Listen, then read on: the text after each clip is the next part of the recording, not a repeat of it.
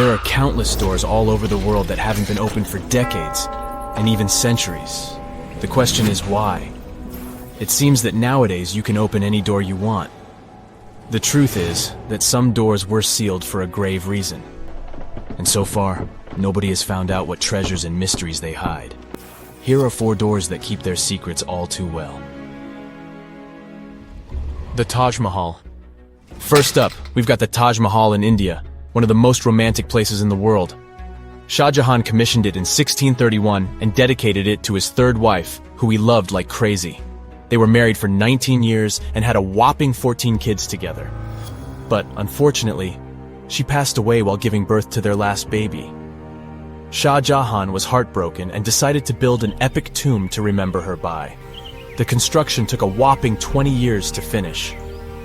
The building has quite an interesting layout. The design is super unusual with these 4 massive 130-foot tall minarets that stand on the corners of a huge platform. They're not just there for looks. Back in the 17th century, architects were having some serious issues with buildings collapsing under their own weight. So, the chief architect of the Taj Mahal made sure to place those minarets as far away from the tomb as possible. And he even tilted them in a way so that if they did fall, they wouldn't wreck the rest of the Taj Mahal. Talk about planning ahead. The Taj Mahal is hiding some crazy secrets. There are sealed rooms all over the place that nobody is allowed to enter. And if you check out photos of the building from the riverside, you can spot 2 basements. But guess what? They're sealed up too. Nobody knows what's inside or why they've been locked up since the time of Shah Jahan. Apparently, there's a good reason why those rooms are off limits. Some researchers think that they were built using marble, which turns into a different substance called calcium carbonate if it's exposed to carbon dioxide. And when that happens, little bits of marble start chipping off like crazy. To make matters worse, there's no air flowing into these rooms. That means that if too much CO2 builds up in the basement, the 4 minarets could collapse. But wait, there's more. Some people think that the body of Shah Jahan's wife can be found in one of these sealed-up rooms in pristine condition. Why not? Who knows what the mysterious rooms might keep? The Great Sphinx of Giza. The Great Sphinx of Giza is shrouded in mystery. It's not just the largest monolith statue in the world, but it's also a hybrid creature with a woman's head and a lion's body that originates from Egyptian and Greek mythology. It's also very ancient. It's estimated to be around 4,500 years old. The construction of this marvel took about 3 years and required 100 workers who were not slaves and were treated with delicacies like sheep and goat meat. It is also thought that it used to be much more massive than it is now. Archaeologists found huge stone blocks and abandoned toolkits near the site. However, the real secrets of the Sphinx lie underground, near its paws. A group of scientists used a seismograph to detect 2 hidden chambers beneath the Sphinx's paws. Some people think that these rooms might be the legendary Hall of Records, which holds ancient scrolls revealing the secrets of the universe. I mean, that's way cooler than any library I've ever been to. Rumor has it that the Egyptians even had info on Atlantis stashed down there, which is like a super old version of a conspiracy theory. Unfortunately, we can't go on an adventure to check it out just yet. The chambers presumably have 2 entrances, but both remain sealed. The researchers haven't yet received the green light to check out their theory. Let's hope they won't keep us in suspense forever.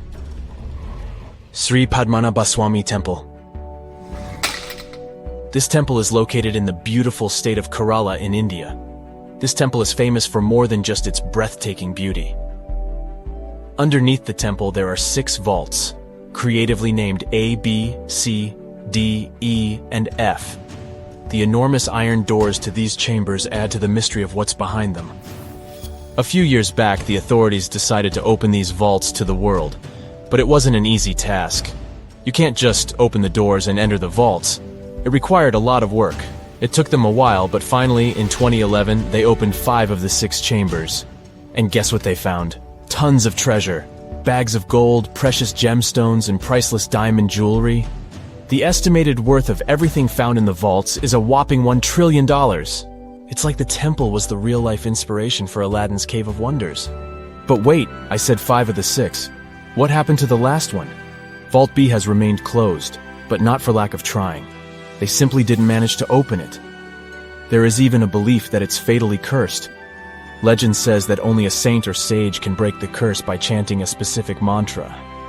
But no one has been able to do this yet, presumably because we don't have saints or sages at our disposal. There is also rumor that in the 30s some temple invaders tried to enter Vault B to do some good old looting. But they never reached their target. Apparently terrible snakes materialized out of nowhere and chased the gang away. But of course, this is just an urban legend, and there is not proof of that. However, it is said that the Auditor General dealing with the temple claimed that Vault B had been opened at least 7 times since 1990, and nothing bad happened to anyone who entered. Who knows? Maybe we should send Indiana Jones to check it out. The First Emperor's Tomb. Deep under a hill, completely undisturbed and surrounded by dangerous traps, lies an ancient 2,000-year-old tomb. It belongs to Qin Shi Huang, the first emperor of China. He was born in the Qin state and became king when he was just a boy. But when he grew up and gained full power, he united the warring states ancient China was divided into by conquering them. After that, he created the Qin dynasty. When he died in 210 BCE, they buried him deep underground in a massive tomb. And when I say massive, I mean massive! Back in 1974, some farmers in Xi'an, China, stumbled upon something strange while digging a well, a huge terracotta soldier. This discovery led to an extensive archaeological dig that has continued for over 40 years, revealing a collection of thousands of clay soldiers. The unique thing about these soldiers is that each one has its own unique features, from hairstyles to facial expressions. It's believed that there could be up to 8,000 of these soldiers, but only 2,000 have been found so far. Interestingly, the central tomb, which is believed to be the resting place of the emperor, is still untouched. In ancient records, there are references to a vast underground city that the emperor built, complete with scenic towers, palaces, and whatnot. Sima Qian, a Han Dynasty historian, wrote that the tomb was adorned with treasures and had space for hundreds of officials, but the lack of technology to properly examine the site is what's holding things up. Qin Shi Huang was surrounded by liquid mercury in his tomb, with 2 of the streams representing the major rivers of China, Yellow River and Yangtze. The ancient Chinese believed that mercury could provide immortality, but it could have also caused the emperor's death since he regularly took mercury pills to prolong his life. The dangerous levels of mercury contamination in the soil near the tomb are the main reason why scientists are reluctant to explore it. It could be very dangerous both for people and for the environment. Now, if I had to choose which door to open, I'd probably go for the one that doesn't lead to a tomb surrounded by poisonous mercury.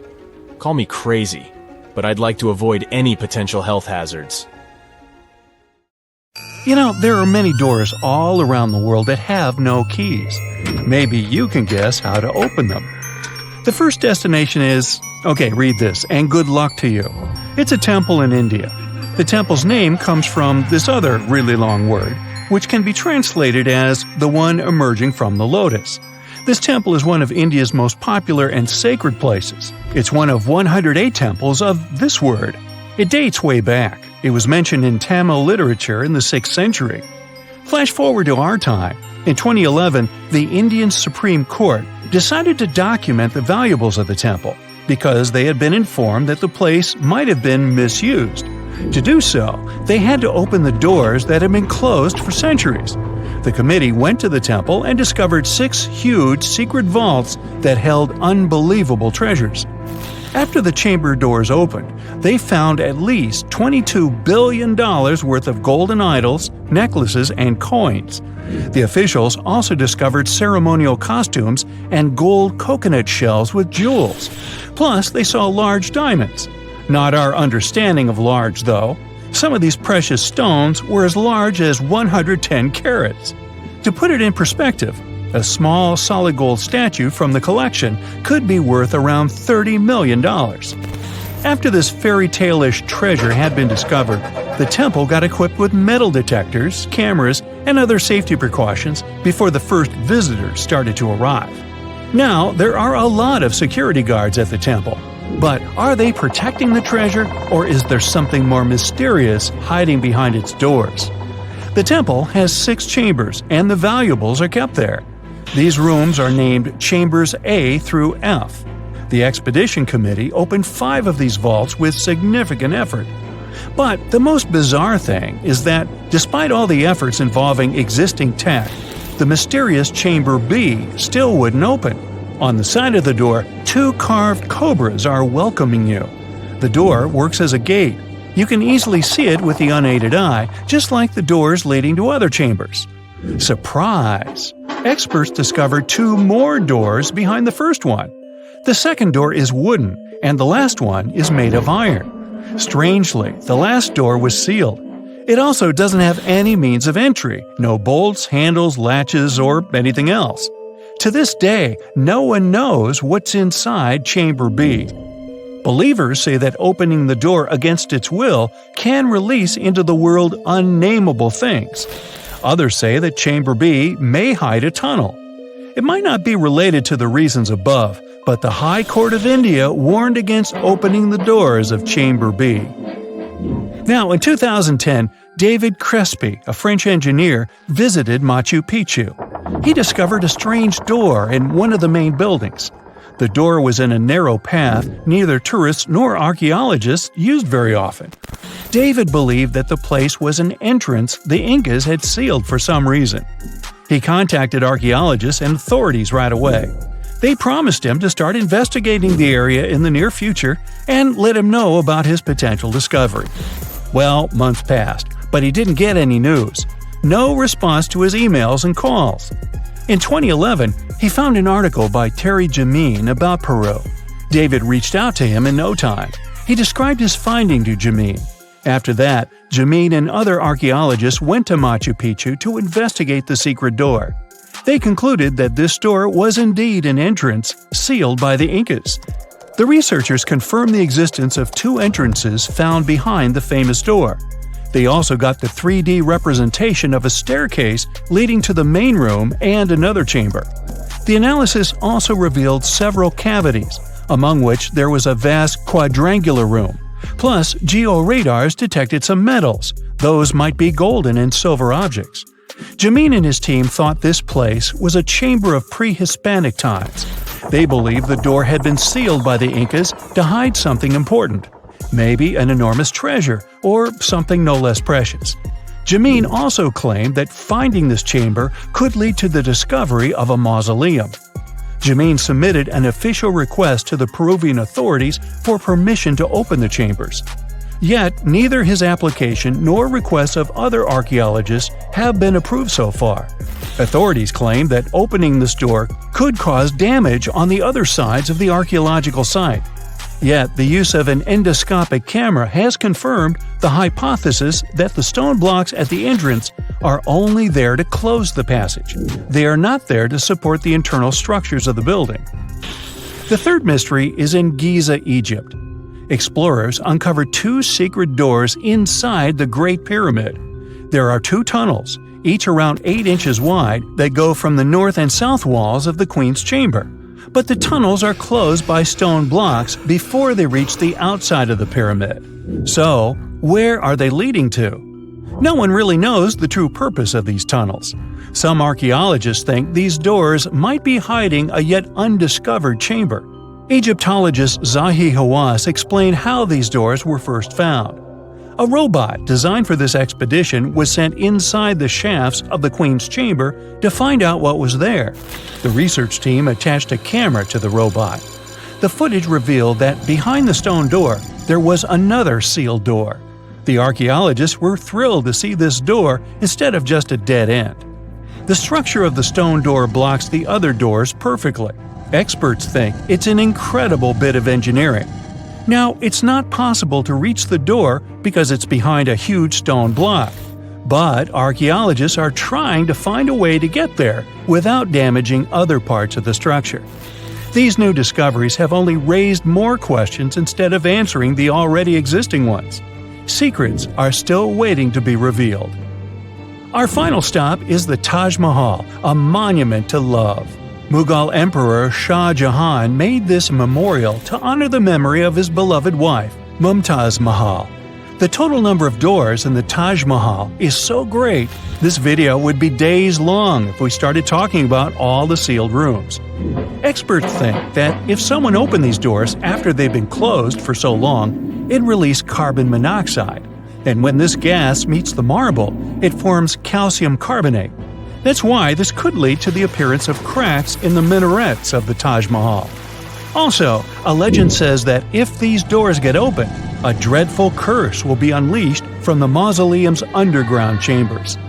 And here's a bonus from Canada. The door of room 873.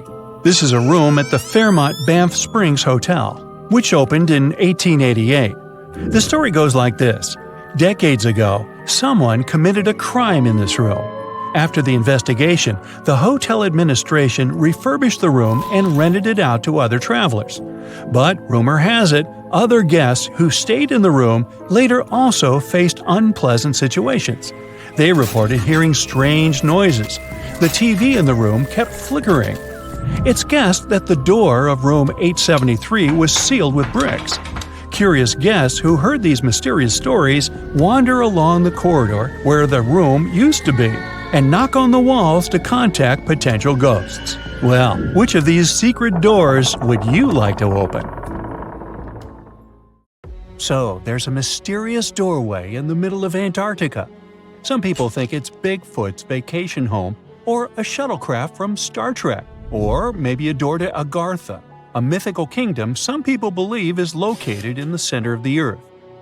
Well, the scientists debunked all these poetic theories and explained that what looks like a mysterious doorway is located in an area of fast sea ice.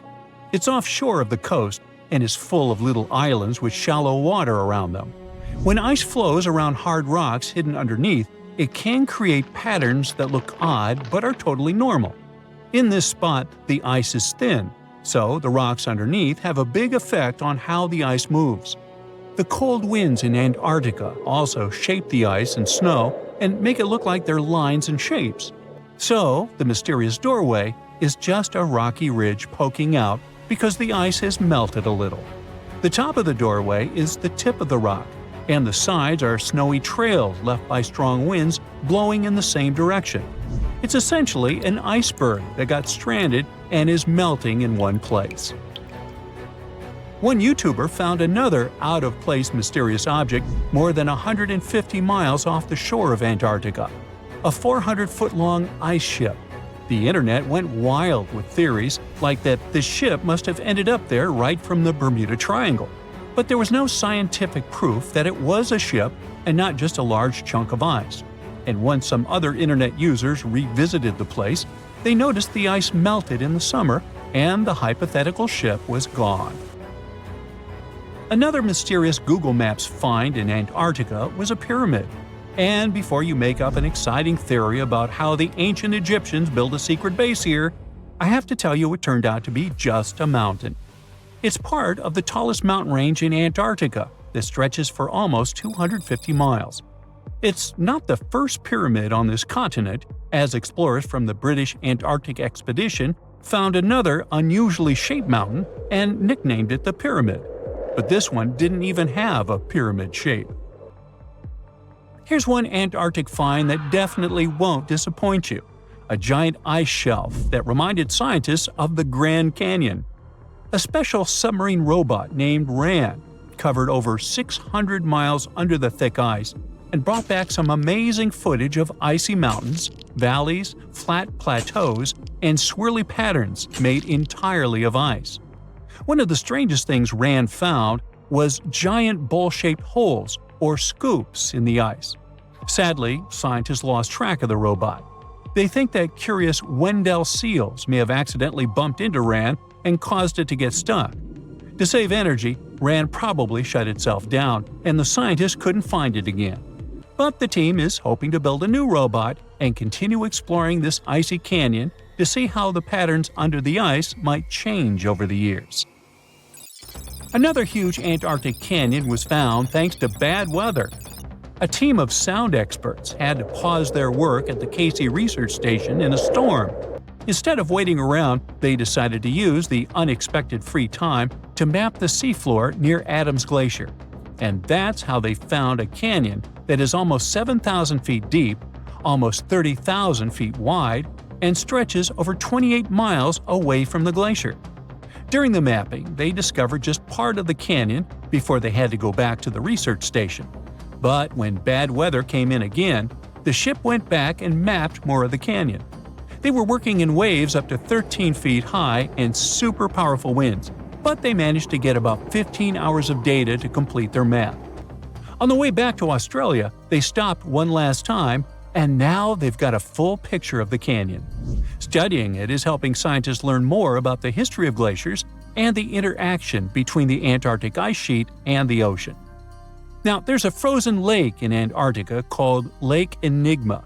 For a long time, people thought the lake was completely frozen solid. But during one expedition, researchers found that under the thick ice, there was a layer of liquid water about 40 feet deep. To learn more, they drilled through the ice and sent down a camera to explore what was hiding in the lake's depths. The lake's water, which they think comes from the nearby amorphous glacier through a secret underground pathway, was filled with strange microbial life. These tiny microbes lived in mats that covered the lake bed. Some of the mats were thin and spiky, and others looked like crumpled carpets, or even small tree-like shapes that grew up to 16 inches. Many of the microbes could make their own food through photosynthesis, just like plants do, and it gave the lake a high amount of oxygen. One of the coolest discoveries was a type of microbe which usually lives in low-oxygen places. Lake Enigma might be similar to environments on icy moons like Europa or Enceladus, so it could mean that these moons also have hidden water under their ice and possibly microbial life too. One more mind-boggling discovery from Antarctica is tiny pieces of amber in mudstone, found here for the very first time. It took scientists years of studying incredibly well-preserved fossilized roots, pollen, and spores that they found back in 2017. Amber proves that resin-producing trees once grew in Antarctica, part of a lush rainforest that existed near the South Pole during the mid-Cretaceous period. Back then, disclaimer, I wasn't around then, the trees would have had to survive through months of darkness during the long Antarctic winters. Scientists believe they adapted by going dormant for a long time. The amber pieces the scientists found are tiny, but they are beautiful shades of yellow and orange with bumpy surfaces that show how the resin flowed out of the trees. This resin likely leaked out to protect the trees from insects. It was preserved because water quickly covered it and kept it safe from sunlight and air. A scientist was browsing through satellite images for brown trails of penguin waste and found 4 new colonies of emperor penguins at the base of the globe. These new colonies likely have been around for years, though 3 of them are rather small, with fewer than 1,000 breeding penguins each. One of the new colonies was found close to a place called the Lazarev Ice Shelf, where there used to be a larger penguin colony. They thought this colony went extinct in 2019, but it seems the penguins have just moved a bit because of changing sea ice conditions. So studying them can help us learn more about how emperor penguins adapt to changes in the environment. Now, there used to be a giant river system in Antarctica 40 million years ago. Researchers found proof of it after studying soft sediments and hard rocks from the frozen seabed. They looked at tiny bits of radioactive elements, like uranium and lead, and learned that the deeper dirt came from the time of dinosaurs. The dirt closer to the surface was younger and had an interesting pattern, like the kind you see in river deltas today, such as in the Mississippi River or Rio Grande. Scientists found tiny signs of life in the sand. The river that once flowed here started in the Trans-Antarctic Mountains and traveled 930 miles before it reached the sea. Researchers kept studying newer layers of dirt from about 20 million years ago. They hope this will help them predict what the Earth's weather patterns might be like in the future.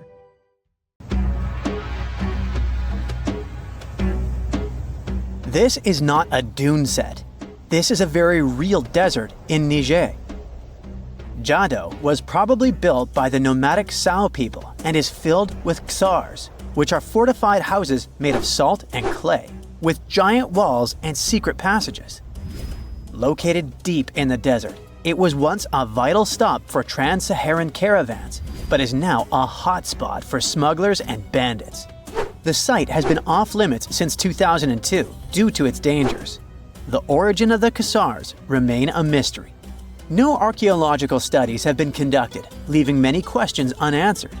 Even today, shifting sands reveal and conceal parts of these ancient ruins, fueling local speculation about what might still be hidden beneath the desert.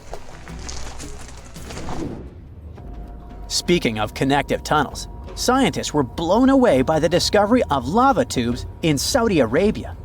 These underground passages form when molten lava cools down. Researchers believe that ancient nomadic groups may have utilized these tunnels to survive the super harsh desert climates. While excavating the tunnels, archaeologists uncovered artifacts, rock art, and skeletal remains.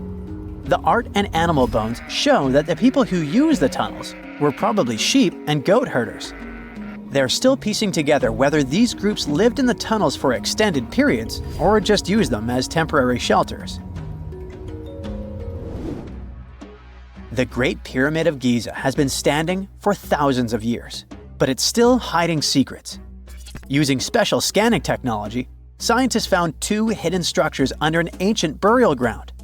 The first is a shallow L-shaped structure, and below it is a much larger space that could be a final resting place or a chamber. The smaller structure was filled with sand on purpose, while the deeper one might be an empty chamber. Experts believe the two are connected, possibly as an entrance leading to a secret chamber. This is big news because it might give us some more insight into who built the pyramids and why.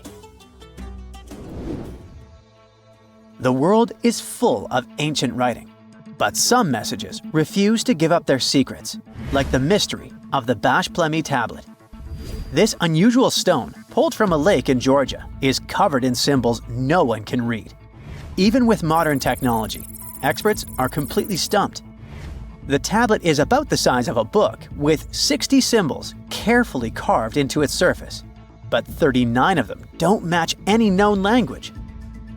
Some resemble scripts from ancient civilizations in the Middle East, India, and Egypt, but none are an exact match. To make things even trickier, part of the tablet is broken off, meaning a piece of the puzzle is missing forever. To rule out a hoax, scientists studied the tablet closely. They confirmed it's made of vesicular basalt, an extremely tough local rock. Whoever carved these symbols must have been really skilled. Based on similar archaeological finds, experts believe the tablet could date back thousands of years, possibly to the late Bronze or early Iron Age. Some symbols repeat, which could mean they're numbers. Maybe it's an inventory list, a record of battles, or even an offering to the deities. Until someone cracks the code, the Bashplemy tablet remains an unsolved mystery from the depths of history. Experts are still stumped with what this Minoan disk might mean. The Phaistos disk is one of the most mysterious finds from the Minoan civilization. This 6-inch clay object, discovered in 1908, has strange spiral markings that no one has fully decoded yet. The disk has 241 symbols on both sides, showing everything from people and animals to tools and plants. Experts have come up with many theories about what the symbols mean. Some think it's an early form of Greek. Others suggest it's a prayer or a hymn. And some even believe it could be a letter from a king in Anatolia to a Greek ruler. Let's see who will be the first to figure this out. It's always a fun day at an archaeologist's office when they find something as big as a 2,000-year-old marble head. A French archaeologist mission went digging inside an old medieval house near Alexandria in Egypt and found a statue's head depicting an old, possibly ill man. This statue dates from the last Egyptian dynasty before it became part of the Roman Empire, and the site where it was found is associated with the likes of Cleopatra and Mark Antony. For archaeologists, even the smallest finds at this site means a lot. You've heard of Lucy, right? The Australopithecus that was an early ancestor for us humans. Well, scientists found some of her species' footprints somewhere in Tanzania. The so-called Laetoli Footprints are over 3 million years old. The trail stretched 88 feet and has about 70 footprints, left behind when a bunch of early humans walked across some wet volcanic ash. What's cool is that these early humans were already walking on 2 feet, like us, not all hunched over like apes. The close spacing of the prints shows they probably had short legs and a shorter stride than we do today. In an ancient Egyptian temple, archaeologists uncovered a shrine unlike any other, a place dedicated to falcons and 2 mysterious deities. One deity had a falcon's head, while the other wore a crown with a sun disk and cow horns. But the most baffling discovery was an inscription that read, "It is improper to boil a head in here." At the heart of the shrine, there are 15 headless falcons carefully arranged on a pedestal, likely as offerings to the falcon-headed deity. One theory suggests the birds were boiled first, perhaps to pluck their feathers, before being placed in the shrine, following the strange rule carved into stone. Archaeologists also found a 13-inch iron harpoon nearby. Its true purpose remains unknown, although the shrine also held remains of fish, mammals, and bird eggs, suggesting that the rituals may have included feasting. And speaking of ancient Egypt, meet Hathor. Scientists named her after the ancient Egyptian deity of motherhood, music, and singing. This wooden statue, housed at the Metropolitan Museum of Art, was thought to be just a beautiful artifact, until a surprising secret was uncovered. Using an X-ray machine, experts found a mechanical operating system inside it, with pulleys and axles connecting her shoulder to her left leg. When activated, the system made her hand raise and lower, an engineering marvel from over 3,000 years ago. The statue was created during Egypt's Middle Kingdom, around 1800 BCE, and is often compared to 19th century automata due to its advanced design. It's believed the statue was used in religious ceremonies, symbolizing Hathor's role in dance and music. An unexpected discovery happened in northern Kuwait, where a Kuwaiti Polish team uncovered a mysterious 7,500-year-old statue. The statue features an elongated skull, no mouth, narrow eyes, and a flattened nose. This feature is thought to be an Ophidian figurine, named after the Greek word for snake, and it was likely made by the Ubaid culture, a civilization known for their pottery skills. While no one knows exactly what role this weird statue played, it might have been linked to rituals or symbolic practices. Some scientists think these figurines, found in homes or final resting places, were tied to important cultural beliefs. We couldn't mention unresolved mysteries of this world without speaking about these elongated skulls.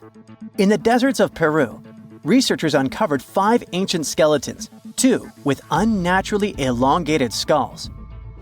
While head shaping was common in many cultures, these skulls defy explanation. Local legends tell tales of the so-called gentiles, a mysterious race banished underground by the powerful deities. Some say this is what the skulls represent.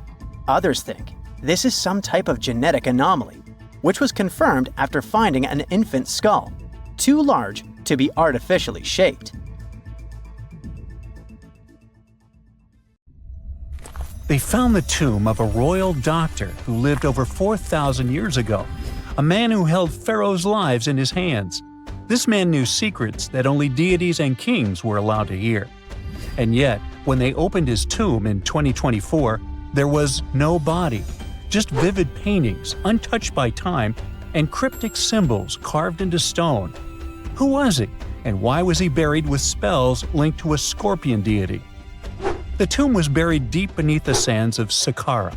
The doctor's name was Tete Nebefu.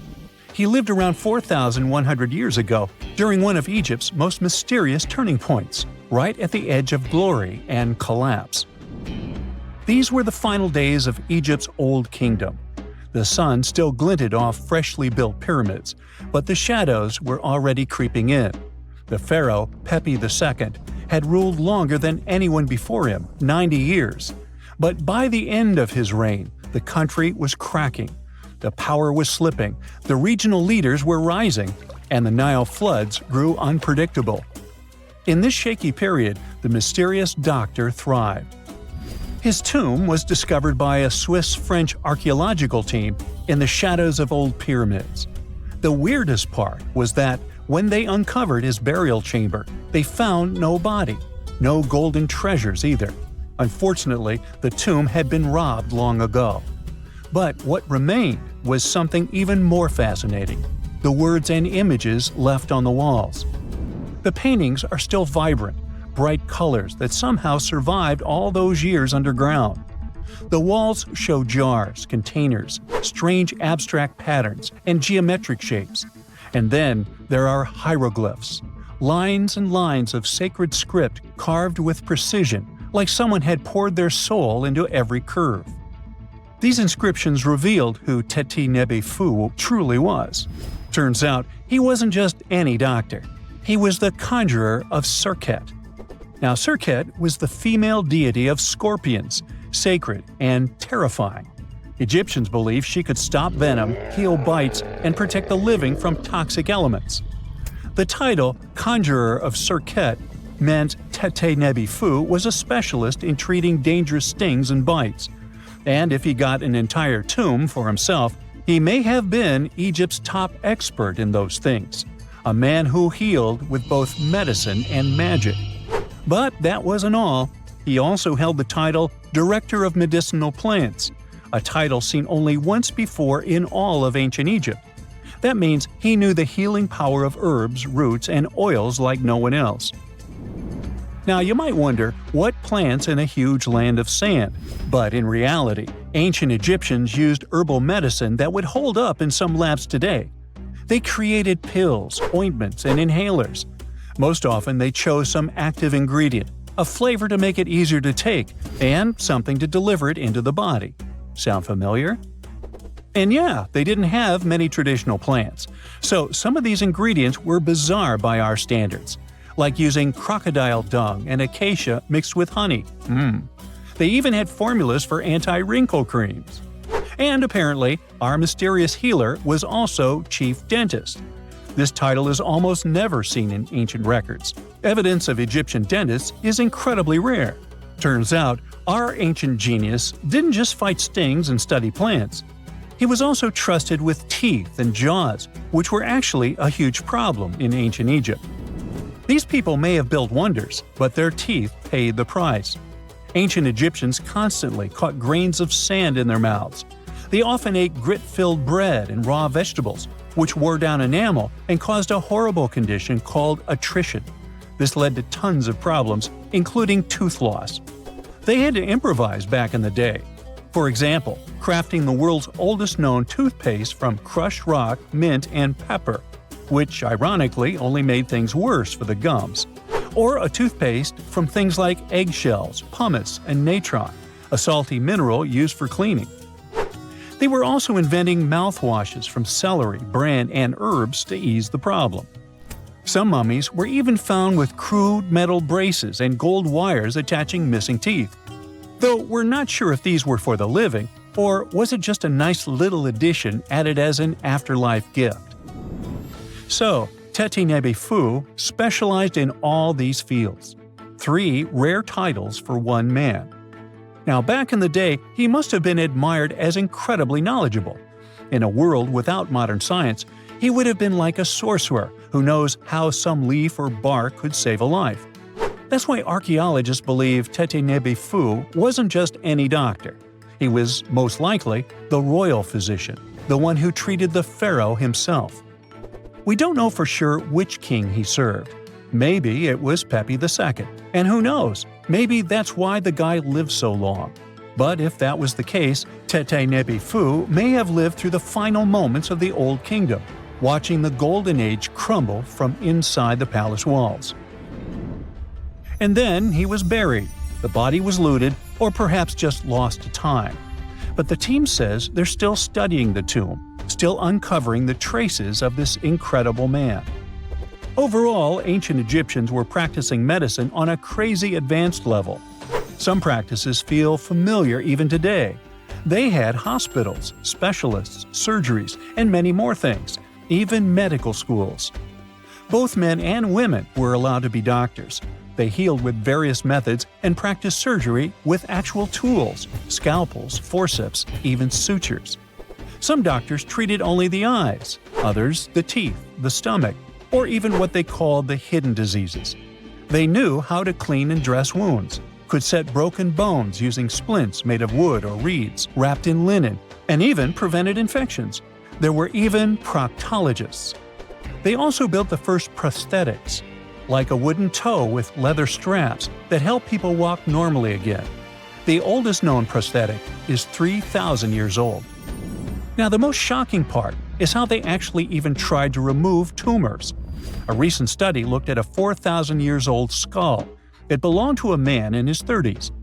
There were signs of past tumors, and around 3 of them, there were marks, surgical cuts made with a metal tool. That suggests someone attempted to remove or study them, maybe treatment, maybe an autopsy. There was another skull of a woman over 50 years old. It also showed similar signs, but with healed fractures from an earlier injury, which is amazing because her treatment might have actually been successful. Being a healer in this society meant something powerful. It meant being a priest, a scientist, and a magician all at once. To ancient Egyptians, medicine was a necessary art, and they treated it with as much reverence as they did their deities. That's because they believed that sickness could be both physical and spiritual. So a doctor could recite a spell while applying a salve, and a lot of their treatments worked. The reputation of doctors in ancient Egypt was so strong that leaders from other parts of the ancient world, like Persia, actually sought them out. Even Homer, the Greek poet, once said the Egyptians were the most skilled healers of all. Of course, their understanding of the human body wasn't perfect. For example, they thought the heart controlled thought and emotion. They also didn't know what the brain really did. But their approach, observe symptoms, diagnose, and treat, well, that's modern medicine. Sure, they prayed over the wound, but they also healed it, didn't they? Their most famous physician was Imhotep. That guy was a true polymath, an architect, priest, and a healer who became so revered he was later worshipped as a deity of medicine. Yep, a human who was so cool they turned him into a deity. He lived 2,000 years before Hippocrates, the so-called father of medicine. And yet, some people joke we should drop the Hippocratic Oath altogether and swear an Imhotepic Oath instead. These people weren't just laying the foundations of pyramids, they were laying the foundations of healthcare. You're heading to Spain with a team of archaeologists to try to find some ancient artifacts. You get lucky and uncover one of the greatest treasures of the Iberian Bronze Age. Iberian refers to the Bronze Age culture of Portugal and Spain. So you find and unearth coins, jewelry, vases, vessels, and 2 pretty strange items. One is something like a part of a scepter, and the other resembles a bracelet. And you know what's strange about them? They're connected with space. In 1963, several miles away from the city of Villena, Spain, scientists discovered the treasure of Villena, one of the most significant gold hoards from the Bronze Age. Interestingly, are there bronze treasures from the Golden Age? Never mind. All the gold found dates back to sometime between 1500 and 1200 BCE, except for that scepter and bracelet. They were made by inhabitants of another planet, so their production date is unknown. Okay, that's a joke. However, a small part of this joke is true. When scientists studied the found gold, they discovered that those 2 items were made of iron. So what, you might think? Well, the catch is that in the Bronze Age, people didn't mine or manufacture iron. Work with this metal began around 850 BCE, about 400 to 700 years after the creation of the treasure of Villena. How is this possible? A clue to this mystery can be found in ancient Egypt, in the tomb of Pharaoh Tutankhamun. an iron dagger was found, which was also made of similar iron. But this dagger was much more valuable than all the others. And that's because it was made from a space object, a meteorite. Yeah, that bracelet and scepter were also made of meteoritic iron.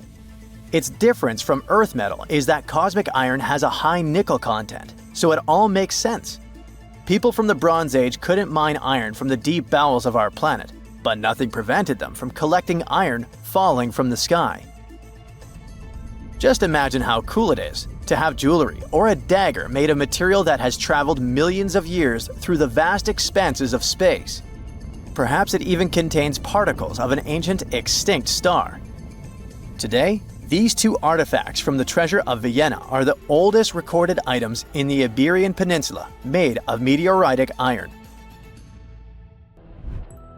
Now, with everything in its place, you can turn your attention to all the wealth of the treasure of Vienna. It contains 66 items: bowls, bracelets, bottles, gold jewelry, 3 silver bottles, and an amber gold button. 22 pounds of ancient gold. People hid it, and only after 3,000 years we were able to discover it. This archaeologist's dream can be found in the Vienna Museum, where exhibits from different time periods are presented, from prehistoric times like 50,000 years ago to the present day. Items from the Iberian period, from the Roman period, from the Arab civilization. You can find not only jewelry and coins, but there are also remnants of columns, ceramics, and other architectural artifacts. The collection is considered one of the most important prehistoric treasures of Europe. And the coolest thing is that you can see it all with your own eyes for just €2, which is about $2. Go to Vienna, find the museum, and enjoy. Hey buddy, I heard you have a metal detector. Could you help me find a hammer I left somewhere in the field? Your old farmer friend asks. You take a metal detector and go searching, but instead of a hammer, you find hundreds, even thousands of silver coins worth $2 million. You're so happy that the farmer lost that hammer, and now you're rich. Stop! Considering that this land belongs to the farmer, would you tell him about the find or take it with you? In reality, neither of these options happened. In 1992, Eric Laws was helping a farmer search for a lost hammer in a field near Hoxne, Suffolk, England. The metal detector stumbled upon a hidden treasure, a huge one. There were silver spoons, gold jewelry, more than 500 gold coins, and about 14,000 silver ones. Eric Laws accidentally discovered the largest collection of gold and silver from the late Roman period in Britain. Unfortunately, or perhaps fortunately, he and the farmer didn't receive the treasure. It's now in the British Museum. Let's move away from the farmer's field to somewhere on the Mediterranean coast. Imagine you're a scuba diver. There was a strong storm yesterday, but now with the water calm, you dive in and discover the seabed covered with gold dinars. This story happened in 2015. The coins which the storm brought to the shore might have been minted even before the First Crusade that started in 1096. This collection is one of the most impressive archaeological finds in the world. All these treasures surely can make the heads of those who find them spin, but they end up in a museum. And that's a good thing, because such wealth can drive a person crazy. A metal detector and a diving suit helped people discover ancient treasures. What's next? How about a dog? Yes, it could be perhaps a great replacement for a metal detector, by the way. So in 2013, 2 people were walking their dog in Northern California on their property. Suddenly, they discovered a rusty can filled with coins minted from 1847 to 1894. There were about 1,500 coins, and they all were gold. Another chance for a carefree, rich future? Not this time. The find caused a lot of controversy among specialists. There was one version, according to which these coins could have been stolen from the US Mint. But later, the US Mint debunked this suggestion, as they'd never had this gold in their storage. Anyway, it's interesting what the point was in hiding it all in someone else's yard. Some thief risked their freedom and life to get rich. When they succeeded, they just hid the coins as if they never existed. What a strange deal. Coins, jewelry, meteorite items, it's all cool. But let's end our video with something grand and epic. Archaeologists were conducting research near the Mediterranean coast of Egypt and discovered a treasure trove. inside a sunken temple and sanctuary. Despite the waves, earthquakes, and seawater, the massive find was preserved in a not bad condition. The temple was built a very long time ago and collapsed in the middle of the 2nd century BCE. It was an important structure in ancient Egypt. People considered this place holy. Pharaohs came to the temple to seek help from the higher powers of Egyptian mythology to obtain titles for their rule. Titles of kings of the universe. For many people, this place was like the center of the universe, and now it lies forgotten on the seabed, almost ruined. Time spares nothing. Researchers found out the temple had been part of an ancient port city. A long time ago, an earthquake occurred in this area and destroyed the city. Tidal waves softened the ground and dragged the town into the Mediterranean Sea. While studying the temple, scientists found many secret treasures there: silver ceremonial instruments, gold jewelry, and alabaster vessels.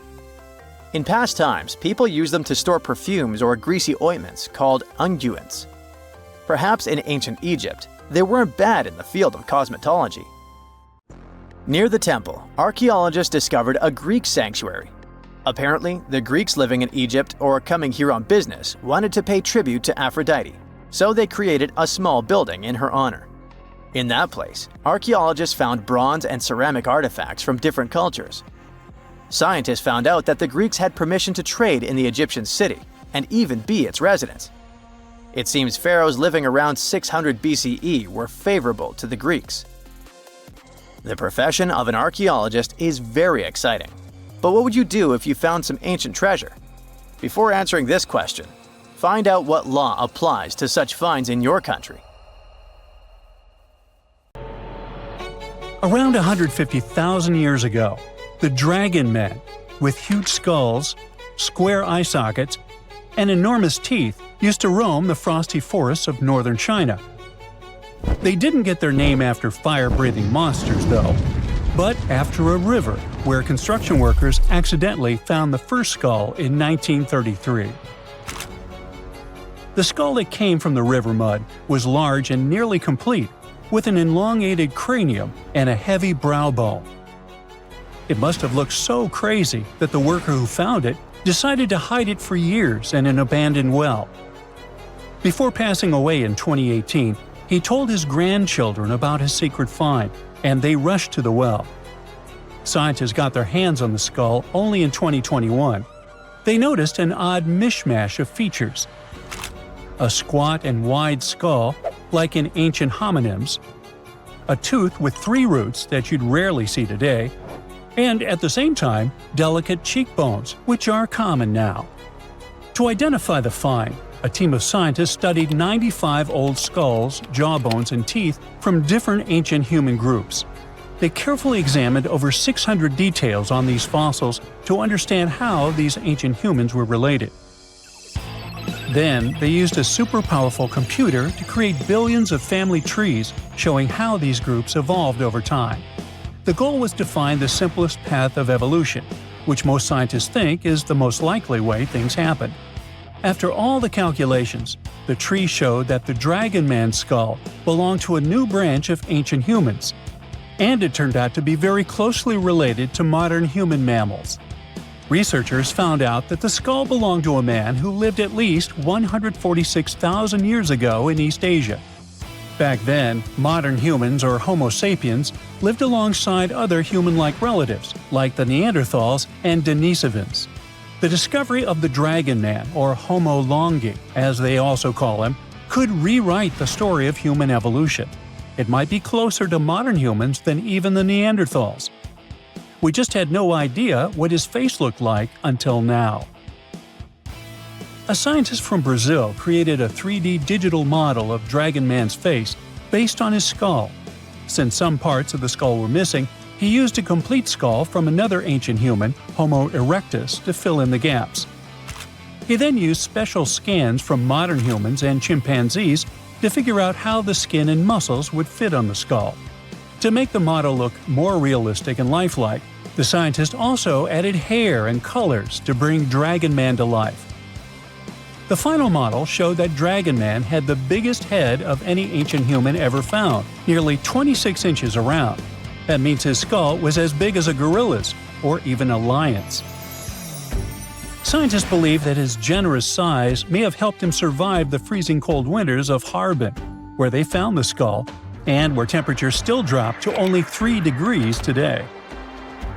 Now, not all scientists agree that Dragon Man is a completely new species or where it belongs in the human family tree. Some experts think the skull's unique features might just be because of its size, rather than proof that it's a distinct species. People from the same species can look different based on their age, gender, where they lived, and how old the fossil is. Some scientists compare it to another skull found in China, which is considered part of another already well-studied species. Then there's the mystery of the Denisovans, an ancient human group that lived in Asia for thousands of years but left very few fossils behind. The closest match to Dragon Man might be a broken jawbone found in Tibet in 2019. Some scientists believe that means Dragon Man could be a Denisovan, but others aren't so sure because the Harbin skull has no jaw to compare it to.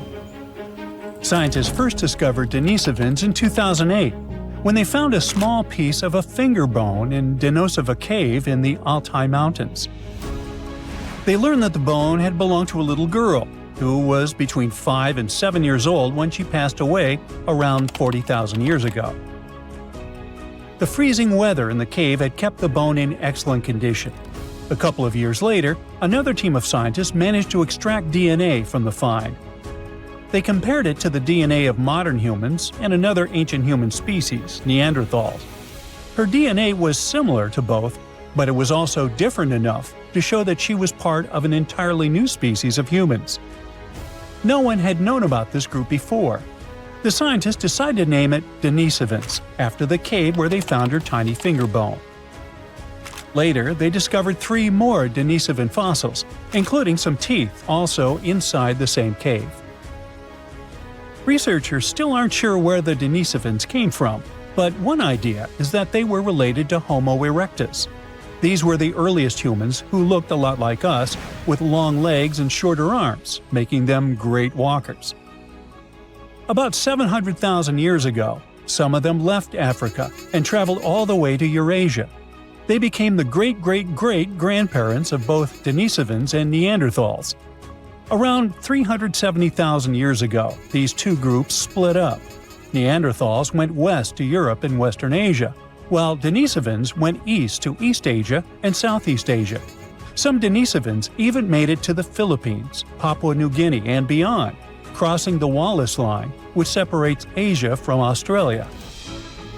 More recently, scientists studied the DNA of many people from Southeast Asia and found that Denisovans might not have been just one group of ancient humans, but 3 distinct kinds. One of these groups was as different from other Denisovans as Neanderthals were. Some Denisovans may have lived longer than the Neanderthals, who disappeared around 40,000 years ago. A study suggests that one group of Denisovans lived alongside modern humans in New Guinea until at least 30,000 years ago, and maybe even as recently as 15,000 years ago. If that's true, they were the last humans on Earth besides us. This surprising discovery is part of a growing number of finds showing that ancient Asia was full of various versions of humans, including the newly discovered kind in the Philippines. Scientists now realize that the islands of Southeast Asia were a hotspot for early humans. They believe learning more about early humans could help them better understand the genetic properties of people in Indonesia and neighboring regions, and even improve healthcare in the region. Researchers found special clues in their DNA that show ancient human groups split apart an exceptionally long time ago.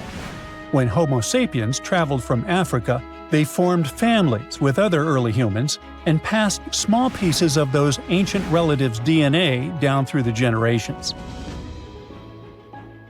Scientists still don't know for sure why Denisovans and Neanderthals disappeared while Homo sapiens survived. One plausible reason is that Neanderthals and Denisovans lived in small, close-knit groups, which may have caused health problems over time. Our ancient ancestors lived in big groups with more genetic variety, which helped them stay healthier and adapt to changes. Another big advantage was that Homo sapiens had strong social networks. They shared innovative ideas, tools, and survival skills. In the end, Denisovans couldn't handle the tremendous changes happening on Earth and slowly disappeared. What is a boat doing in the middle of a desert? You would expect to find a seagoing vessel closer to shore. This is the question archaeologists had been asking for decades. In 1988, there was a storm near one of the most important archaeological sites in ancient Egypt. A wooden structure emerged from the sand. It was hollowed out by termites. Scientists were determined to solve its mystery. In 2000, they began excavating the site near Abydos, Abydos. An American team of experts soon discovered a boat that was 70 feet long, and it wasn't alone. In total, there were 14 boats neatly resting next to each other. It was impossible to completely dig out the boats because of their poor condition. Luckily, the wood was preserved enough to get a sample. Analyses revealed that the boats were around 5,000 years old, the oldest fleet in human history to this date. The time of their construction predates the pyramids at Giza by half a millennium. Each ship of the fleet rested in a vault that matched its dimensions. The room was roughly a third of the size of a tennis court. It had mud brick walls that featured more than 120 drawings of boats. Ancient Egyptians incised them on whitewashed walls that were excellently preserved. Scientists have known about these mysterious chambers for well over a century. 1901, 1902. A British archaeologist, Arthur Weigel, stumbled upon a strange structure west of the River Nile. His team caught a glimpse of the interior walls. Sadly, a section of the roof collapsed, so they had to call off further exploration. Researchers abandoned the site, but its location remained on the maps. The boat's position first led scientists to think that they rested on a bank of the mighty Nile. But there was a problem with this theory. Today, the river flows almost 7 miles west of Abydos. Further studies of the surrounding terrain showed the Nile didn't change its course throughout history. Also, if the boats floated near a dock, they would be in unstable positions. The 14 vessels at Abydos were perfectly parallel to each other. There was only one conclusion possible. Someone had deliberately placed them like that. They must have gone through a lot of effort. Each boat had enough room for up to 30 rowers. These vessels could really float. They weren't models, but scholars still don't know if they actually sailed any body of water in ancient Egypt. This doesn't diminish the importance of the find. Previously, archaeologists found only small-scale models. In King Tut's tomb alone, there were 35 boat models. For a long time, these figurines were the only clues as to how ancient Egyptian vessels looked like. The boat's design confirms that they were the real deal. They are the earliest surviving examples of something called built boats. Ancient people constructed primitive vessels by hollowing out large tree trunks. The alternative was reed that was tied together to form a raft. The boats at Abydos had planks tied together. This was a major breakthrough in shipbuilding. During their lifetime, the boats must have seemed impressive. Timber was a valuable commodity at the time.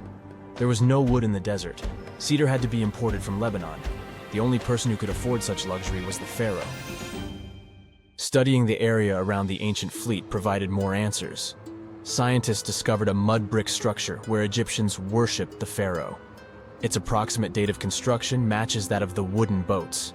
The same bricks out of which this building was made were used to encase the fleet. At the time of their construction, the rooms they were stored in had a ceiling. That's the section that archaeologists stumbled upon in the early 20th century. Just like mummies and coffins, these marvelous ships rested inside splendid vaults. The exterior of these rooms was also impressive. The outer walls originally had a plaster of white limestone. It reflected sunlight. In the desert sun, the structure housing the boats must have shone from miles away. Ancient Egyptian builders used the same technique to cover the pyramids 500 years later. Today, their surface looks jagged, but it wasn't always like this. When they were constructed, the pyramids had a top layer of fine white limestone. Their surface was smooth and it gleamed in the sunlight. Instead of stairs, the outer layer of the pyramids was more of a sleek ramp. Archaeologists were left with one final question. Which pharaoh owned the fleet? The answer lay just a mile from the site. This is where the tomb of a pharaoh from the 5th dynasty rested, King Senwosret III. Its time and style of construction matched the ones of the chambers with boats. The very end of his rule might explain how the boats ended up in the middle of the desert.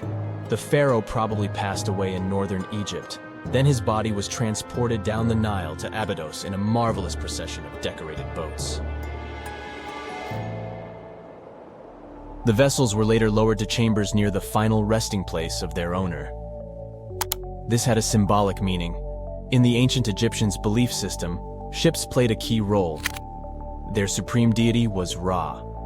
He traveled through the sky during the day in the form of the sun. At nighttime, he sailed through the netherworld in a solar boat. The pharaoh identified himself with Ra. That's why he needed boats in the afterlife. That was the only way to regenerate himself. Just as the sun rises every day above the horizon.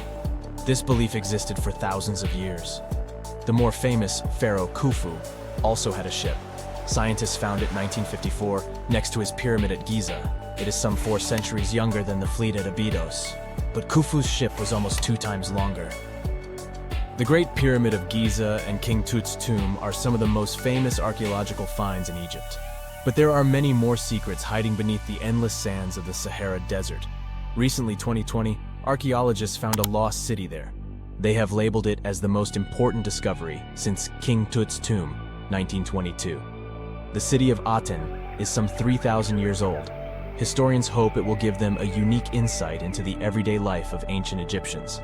The famous archaeologist and Egyptologist Zahi Hawass proclaimed the site a lost golden city. Aten sits some 300 miles south of Egypt's capital, Cairo.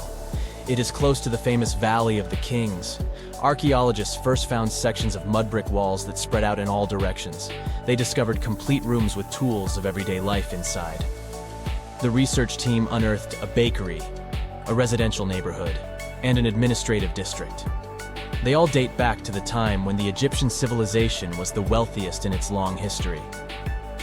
They were also the first to make objects from iron. In 1911, scientists found a set of iron beads near a village in Lower Egypt, El Girza. These are the earliest known iron artifacts. The discovery is literally out of this world. Ancient people made them by beating into shape a piece of a meteorite. The 9 beads were once part of an ornate necklace. They are now blackened and corroded, which is perfectly normal for a piece of jewelry that is over 5,000 years old. They consist of an iron-nickel alloy. Researchers were impressed by the skill of ancient jewelers who processed the beads. Their craftsmanship is more impressive when you think that they didn't know the stellar origins of the material. The Great Pyramid of Giza also has a remarkable feature. An international research group investigated the electromagnetic response of the structure to radio waves. They found that the pyramid has the ability to concentrate electromagnetic energy inside it. This occurred inside its chambers as well as under the pyramid's base. It contains an underground, unfinished chamber. It seems that the electromagnetic response is connected with the properties of limestone, the Great Pyramid's main building material. The research results might have a practical application. The way solar cells and nanosensors function could be improved by this remarkable find. In November 1922, a boy walked through the desert mountains of Egypt and discovered some ancient steps carved into the rock. Subsequently, this find became one of the world's largest and most significant archaeological discoveries. This step was part of Tutankhamun's untouched tomb. Archaeologists found about 5,000 ancient objects, including jewelry, fabrics, painted vases, and funeral masks. You've probably seen one of them. It has become one of the most recognizable attributes of ancient Egypt. More than 100 years have passed since then, and now humanity has finally become close to another large-scale discovery, the tomb of Cleopatra. This queen was the last active ruler of the Ptolemaic Kingdom of Egypt, who sat on the throne from 51 to 30 BCE. There are many ancient records about Cleopatra, her reign, and her unusual personality, but until now, no one has discovered the secrets about her passing away in the burial place. So, one archaeologist, Dr. Kathleen Martinez, has been studying ancient records and temples around Alexandria for decades, and concluded that the tomb of the queen should be located under the ancient city of Taposiris Magna, founded in 280 BCE. It was a big city on the northern coast of Egypt, where tens of thousands of people were engaged in trade and industry. And it seems that Dr. Martinez's guesses turned out to be correct. She and a group of archaeologists have discovered a secret underground tunnel near Alexandria, with a length of about 0.8 miles. It was cut into the rock under Taposiris Magna's temple. During further excavations, they found many things that indicate Cleopatra's tomb lies in the tunnel's depths. It's also possible that she is buried there together with the Roman commander, Mark Antony. According to ancient records, Cleopatra and Mark Antony loved each other and together opposed the Roman Senate, which declared Antony a traitor. The fact that natural disasters have occurred on the territory of Taposiris Magna for thousands of years can complicate the excavations. Earthquakes and floods destroyed the city and possibly flooded its underground tunnels. But archaeologists hope the ancient tomb remains untouched, and that it hides many treasures and records about the royal life of ancient Egypt during the reign of the last dynasty. There's a chance that excavations will go underwater and in the mud. This will require much time and funding, but archaeologists are sure it's worth it. Anyway, it's too early to say that Cleopatra is really buried there, but scientists have found many things in the tunnel that confirm this, including clay pots, dozens of coins with the image of Cleopatra and Alexander the Great, as well as a bust with the image of the Egyptian queen. Cleopatra is still one of the most popular personalities in Egypt, on an equal footing with Ramesses III and Tutankhamun. She inspired many films, paintings, and books, but what made her so popular? She became famous for her inconsistency. She was a beautiful, intelligent ruler who pulled Egypt out of the crisis and made it a prosperous power. Medieval Arabic texts say she knew chemistry, mathematics, and philosophy, and may have written several scientific books. She knew several languages and had excellent diplomatic skills. At the same time, there are many legends that she was a femme fatale who drove many men crazy. However, there's no evidence that her beauty was incomparable. The image of a stunning model was created by Hollywood when it made several films where famous actresses performed the role of Cleopatra. And the Roman Emperor Octavian, the adopted son of Julius Caesar, specially created the image of Cleopatra as an insidious seductress because he was her enemy. Even though she was born in Egypt, Cleopatra wasn't an Egyptian. Her ancestors were Greeks, among whom was one of the generals of Alexander the Great. However, the people of Egypt loved her. She learned the language and was very sensitive to the traditions of this country. She knew the history, mentality, and customs of ancient Egypt well. She raised the level of its economy and strengthened its status as a world power. Much of this was made possible thanks to her cunning and impressiveness. She loved theatrical performances and lavish celebrations. She knew how to surprise people and put on a show. But behind the exterior image of a luxury lover was an intelligent and calculating ruler. Ancient Egypt was a rich, luxurious country, and Cleopatra did everything to increase its wealth and strengthen its position in the international arena. For example, she was once in conflict with her brother Ptolemy XIII Odd. The queen knew that she wouldn't be able to resist him, so she decided to attract Julius Caesar to their side. The Roman emperor arrived in Alexandria, where Cleopatra wanted to meet him, but Ptolemy knew about her plans and was about to prevent her from coming to Caesar. Then, instead of a rich and noisy arrival, Cleopatra decided to make her visit inconspicuous. She wrapped herself in a carpet or linen bag the emperor's servants carried into Caesar's private chambers. Cleopatra emerged from the carpet and impressed the Roman emperor with her beauty and determination. As a result, they fell in love with each other and became close allies. After some time, she impressed another influential Roman for diplomatic purposes. She arrived to meet Mark Antony on a golden barge with purple sails and silver oars. Cleopatra was dressed in the image of Aphrodite and sat under a magnificent canopy. Her servants dressed like cupids and were blowing her fan and burning incense. But Cleopatra created such a show for a reason. She knew that Antony revered Greek mythology and considered himself the embodiment of Dionysus. As a result, he was so impressed with this woman that he ended up marrying her.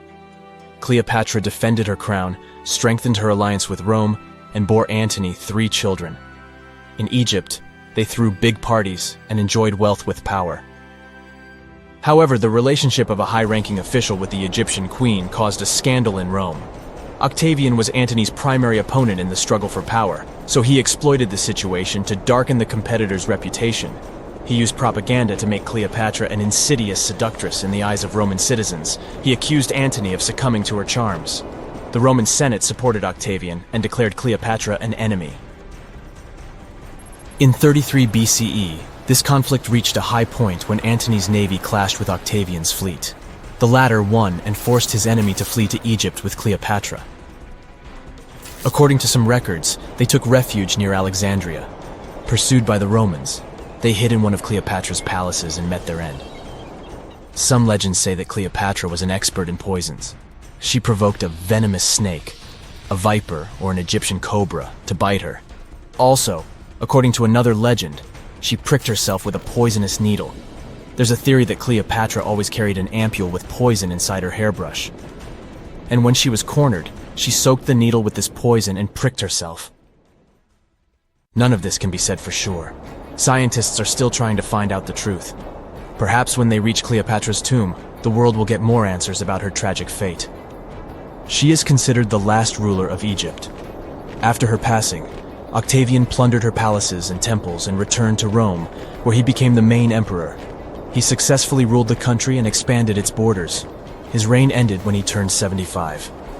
World history would have looked different if Cleopatra and Mark Antony hadn't lost that naval battle. By the way, did you know that more time has passed between Cleopatra's reign and Neil Armstrong's flight to the moon than between the reign of the Egyptian queen and the construction of the Great Pyramid of Giza? Armstrong took a step on the Earth satellite in 1969, 38 years after the birth of Cleopatra. And the construction of the pyramid took place in 2560 BCE. Imagine how long the history of ancient Egypt is. Cleopatra is closer to us in time than to the pyramids.